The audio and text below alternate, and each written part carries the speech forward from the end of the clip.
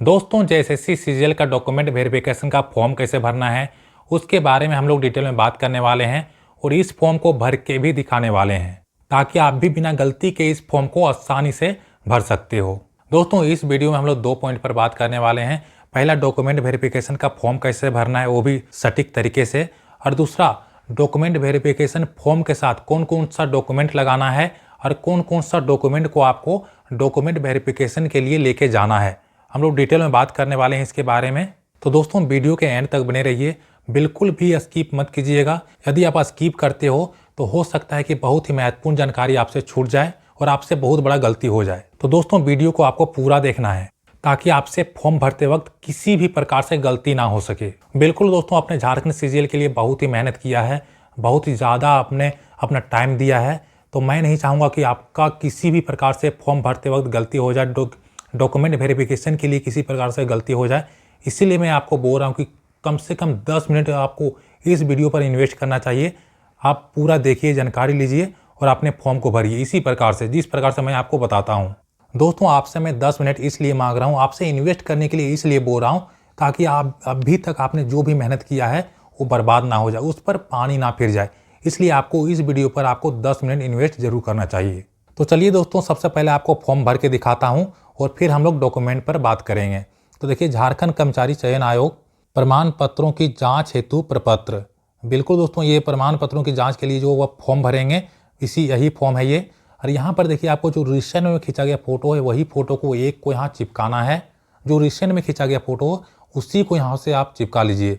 देखिए, पहला नंबर में यहाँ दिया गया है लिखित परीक्षा का अनुक्रमांक यानी कि रोल नंबर।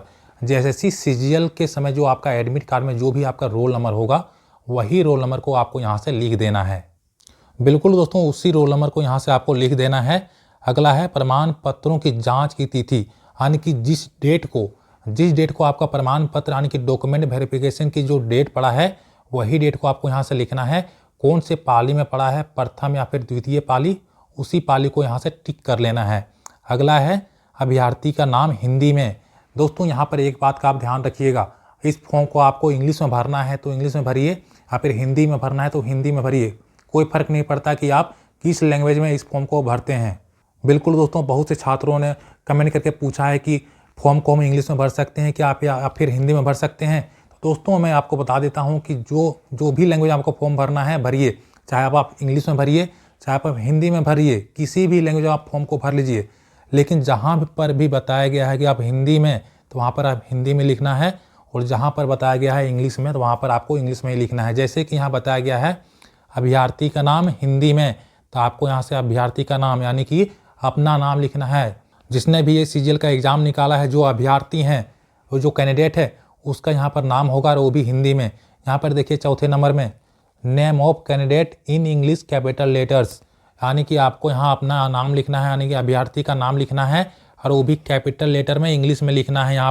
यहाँ पर ऊपर में हिंदी में अभ्यर्थी का नाम हिंदी में, और यहाँ पर अभ्यर्थी का नाम यानी कि कैंडिडेट का नाम इंग्लिश में लिखना है।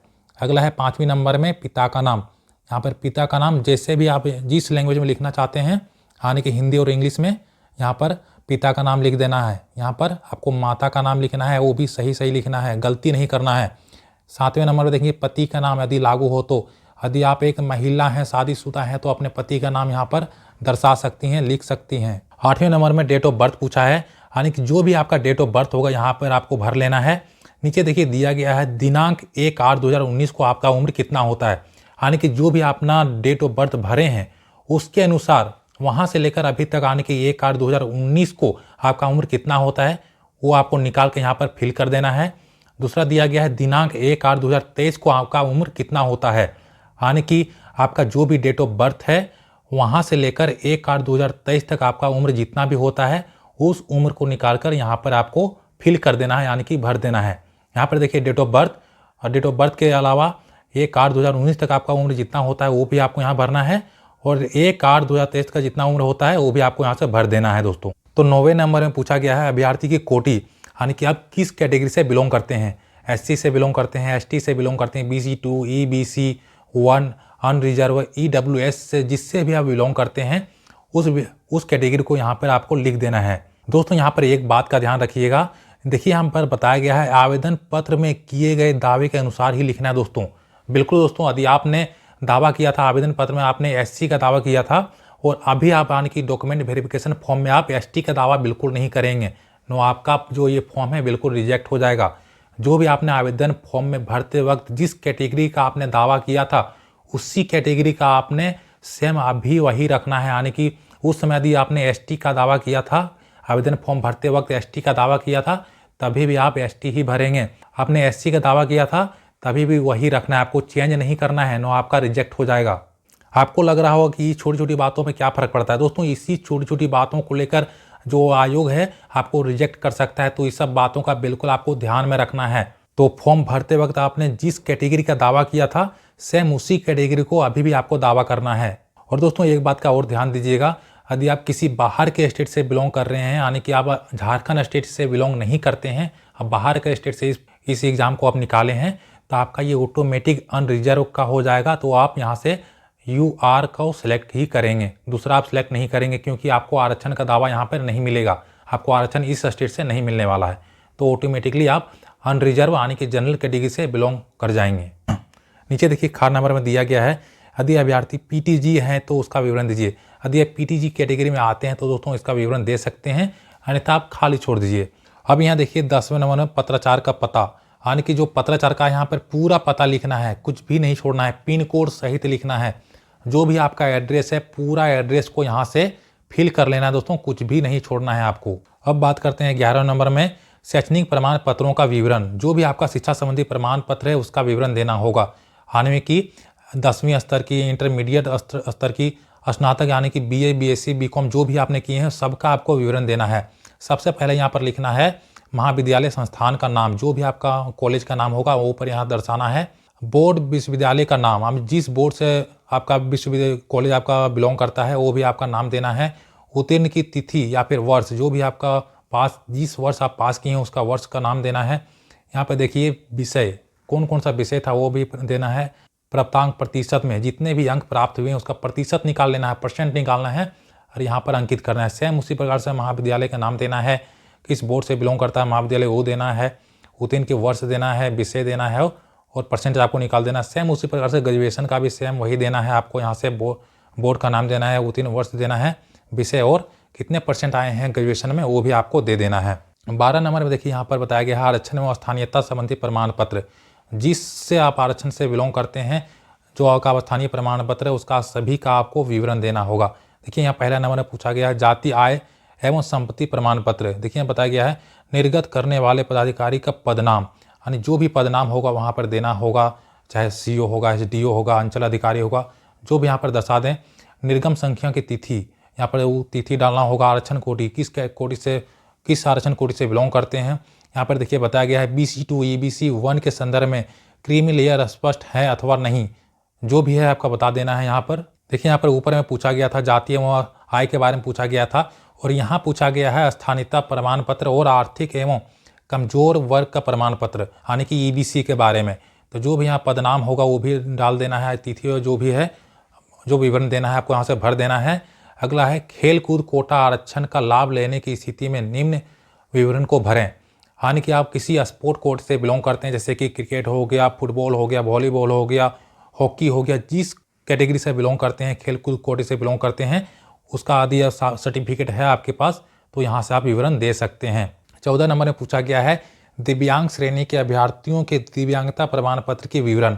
यदि आप किसी भी दिव्यांग या फिर अपंग कैटेगरी में बिलोंग करते हैं, उसका सर्टिफिकेट बना हुआ है आपके पास, तो उसका आप यहाँ से विवरण दे सकते हो। नेक्स्ट 15 नंबर में पूछा गया है भूतपूर्व सैनिक होने संबंधी प्रमाण पत्र का विवरण। यदि आप भूतपूर्व सैनिक रह चुके हैं, पहले आप सैनिक रह चुके हैं लेकिन रिजाइन किसी वजह से दे दिए हैं, तो देखिए बताया गया है सेवा प्रारंभ करने की तिथि, मुक्ति की तिथि, जो भी आपका विवरण यहाँ मांगा गया है आपको ये विवरण फिल कर लेना है यदि भूतपूर्व सैनिक हैं तो। 16 नंबर में यहाँ पर घोषणा दिया गया है, इसमें कुछ भरने के लिए नहीं है 16 नंबर में, लेकिन सिर्फ और सिर्फ घोषणा दिया गया है। इसी घोषणा को आपको यहाँ से 17 नंबर में लिखना है। देखिए 17 नंबर में बताया गया है कंडिका 16 में वर्णित घोषणा को अभ्यर्थी अपनी हस्तलिपि में जांच पदाधिकारी के समक्ष लिखना है। दोस्तों आपको घर पर ये बिल्कुल नहीं लिखना है, कहीं बाहर नहीं लिखना है, जहाँ भी आपके जांच पदाधिकारी होंगे उसी के समक्ष जो भी यहाँ 16 नंबर में लिखा गया है घोषणा, वही घोषणा को यहाँ पर सेम अपने हाथों से अपने उंगलियों से उतार देना है। आपको कहीं और नहीं लिखना है, यानी कि आपको जांच पदाधिकारी होंगे उसी के समझ आपको ये घोषणा यहाँ पर लिख देना है अपने हाथों से। फाइनली दोस्तों आपको हस्ताक्षर करना है, यानी कि आपको सिग्नेचर करना है। देखिए यहाँ पर बताया गया है 2 प्रकार से आपको सिग्नेचर करना है। यानी कि पहला प्रकार से पूछा गया है अभ्यर्थी का हस्ताक्षर हिंदी में, यानी कि जांच पदाधिकारी के समक्ष। आपको कहाँ सिग्नेचर करना है? आपको घर पर नहीं करना है, कहीं बाहर कहीं और भी नहीं कर देना है। आपको सिग्नेचर कहाँ करना है? जांच पदाधिकारी के समक्ष करना है। जो भी अधिकारी होंगे, पदाधिकारी होंगे, उसी के समक्ष करना है। वो भी ऊपर में यहाँ पर हिंदी में सिग्नेचर करना है। और नीचे बताया गया है अभ्यर्थी का हस्ताक्षर वो भी इंग्लिश में, यानी कि जांच पदाधिकारी के समक्ष। ऊपर में यहाँ पर हिंदी में करना है और नीचे में यहाँ पर आपको सिग्नेचर करना है और वो भी इंग्लिश में। यहाँ पे डेट दिया गया, यानी कि तिथि, कौन सा तिथि आपको डालना है, कौन सा डेट आपको भरना है। जिस डेट को आप इस फॉर्म को भरेंगे, जिस डेट को आप फॉर्म को जमा देंगे, उस वही डेट को आपको यहाँ से अंकित करना है, भरना है। दूसरी डेट नहीं डाल देना है। यहाँ पर देखिए बताया गया है बाएं हाथ के अंगूठे का निशान, और वो भी जांच पदाधिकारी के समक्ष। तो दोस्तों यहाँ पर आपको बाएं हाथ के जो अंगूठा है उसका निशान भरना है, लगाना है, और वो भी जांच पदाधिकारी के समक्ष ही लगाना है। आपको घर पर अपने मनमाने ढंग से नहीं लगा लेना है। तो जांच पदाधिकारी जहाँ होंगे उसी के समक्ष यहाँ पर आपका अंगूठे का, बाएं हाथ के अंगूठे का निशान लगाना है। और यहाँ जो सिग्नेचर करना है, अभ्यर्थी का हस्ताक्षर हिंदी में सिग्नेचर ऊपर में करना है और इंग्लिश में सिग्नेचर नीचे में कर लेना है। तो दोस्तों जैसे जैसे मैंने इस फॉर्म को फिलअप किया है, जैसे जैसे मैंने इस फॉर्म को भरा है, सेम उसी प्रकार से आपको भी डॉक्यूमेंट वेरिफिकेशन का फॉर्म आपको भी भरना है, वो भी बिना गलती के। दोस्तों एक बात का आपको ध्यान रखिएगा कि कहीं भी काट कूट नहीं कीजिएगा, यानी कि ओवर राइटिंग कहीं भी नहीं करना है आपको। यदि फॉर्म में किसी प्रकार से गलती होता है तो आप दूसरे फॉर्म को भर के दीजिए, लेकिन ओवर राइटिंग के साथ इस फॉर्म को बिल्कुल जमा नहीं देना है।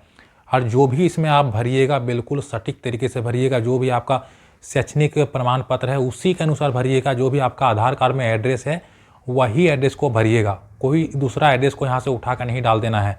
तो इस बात का आप पूरा ध्यान रखिएगा। कहने का मतलब है दोस्तों, जो भी आप इसका विवरण दीजिएगा, जो आपका जो डॉक्यूमेंट है उससे आपका मैच होना चाहिए। आप मनमाने ढंग से इस फॉर्म को बिल्कुल नहीं भरिएगा।